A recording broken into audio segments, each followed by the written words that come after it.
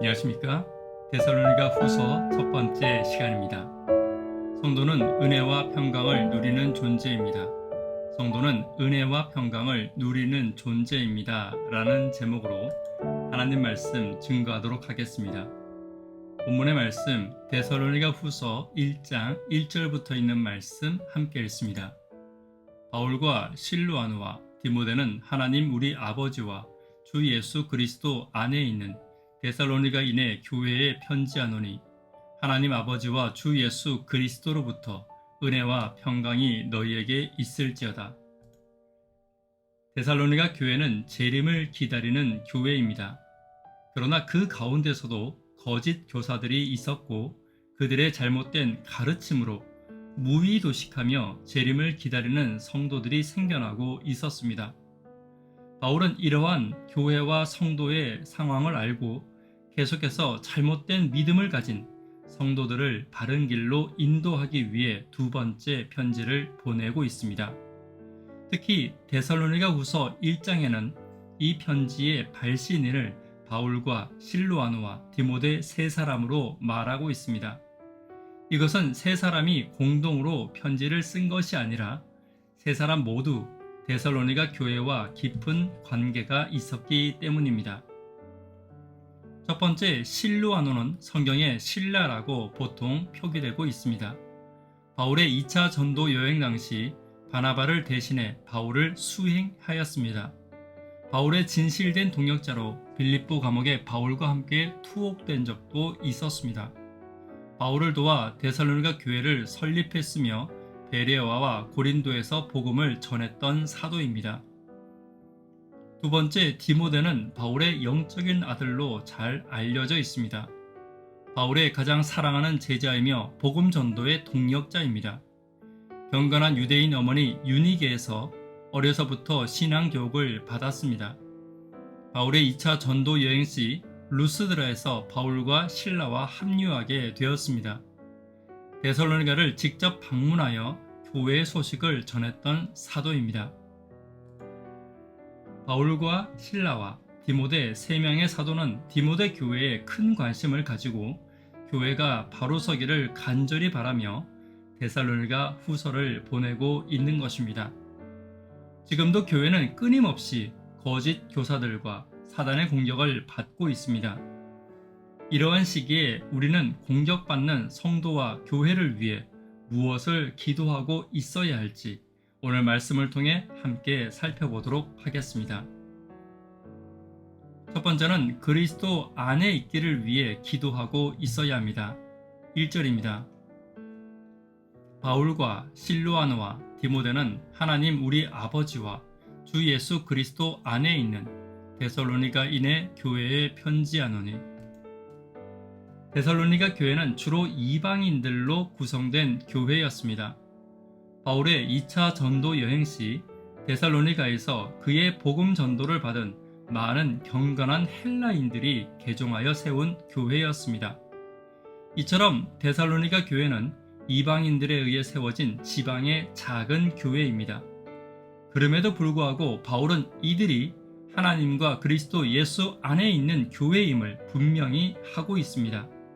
지역과 환경과 역사적으로 보기에 작고 연약하며 흔들리기 쉬운 교회이지만 그 교회를 지키시고 주관하시고 인도하시는 분은 하나님이심을 바울은 결코 잊지 않았던 것입니다.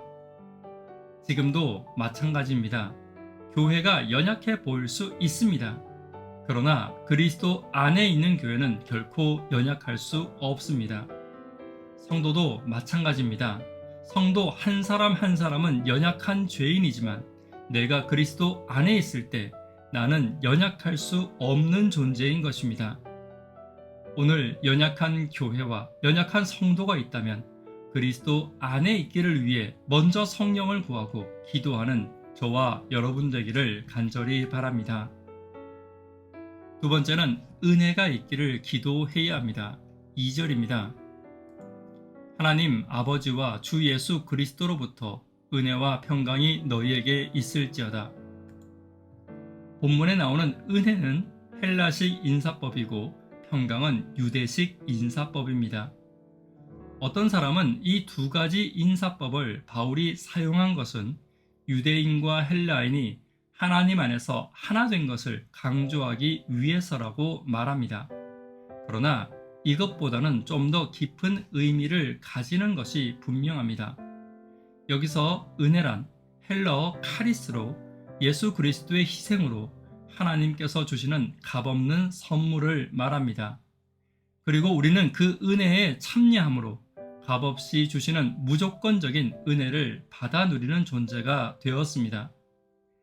이처럼 교회와 성도는 그리스도의 은혜를 잊지 않아야 합니다. 은혜를 잊은 교회는 이기적이고 교만하며 말씀을 자기 마음대로 해석하게 되고 성령의 음성을 거절하게 되며 연합할 수 없는 교회가 될 수밖에 없습니다. 오늘 흔들리고 유혹받는 교회와 성도가 있다면 먼저 그리스도의 은혜를 깊이 새기고 그 은혜 위에 흔들리지 않기를 위해 기도하는 저와 여러분 되기를 간절히 바랍니다. 세 번째는 평강이 있기를 기도해야 합니다. 평강에 해당하는 헬라어는 에리네네이고 히브리어는 샬롬입니다. 이것은 위험이 없는 상태를 말하는 것으로 하나님과의 바른 관계를 통해 얻을 수 있는 절대적인 안전을 의미합니다. 첫 번째 의미는 죄로 인해 무너진 하나님과 나 사이의 평안이 그리스도의 피로 다시 회복된 관계의 평안을 이야기합니다. 두 번째는 하나님이 함께 하심으로부터 오는 절대적인 평안입니다. 이 세상에서 미래에 대한 불안감과 끊임없이 오는 유혹과 시험이 있지만 하나님과 바른 관계 속에서 하나님이 지켜주시는 절대적인 평안을 말하는 단어입니다. 지금도 하나님은 우리와 샬롬의 평안을 나누기를 원하십니다. 하나님과의 관계의 평안과 하나님이 연약한 나를 위해 주시는 절대적인 평안을 하나님은 주시기를 원하십니다. 오늘 불안한 세대를 살아가고 있지만 이 교회와 우리 성도를 지키시는 샬롬의 하나님을 기억하시고 하나님과 더 깊고 진실한 관계를 위해 기도하시는 저와 여러분 되기를 간절히 바랍니다. 말씀에 결론 맺도록 하겠습니다. 사단으로부터 공격받는 교회와 성도를 위해 무엇을 기도해야 할지 함께 살펴보았습니다. 그리스도 안에 있기를 위해 기도해야 합니다. 은혜가 있기를 위해 기도해야 합니다. 샬롬이 있기를 위해 기도하는 저와 여러분 되기를 간절히 바랍니다. 기도 제목 함께 나누도록 하겠습니다. 구도자분들을 위해 기도 부탁드립니다. 청년, 학생, 어린이를 위해 간절히 기도 부탁드립니다. 어린이 성경학교와 학생 전도회를 위해 간절히 기도 부탁드립니다.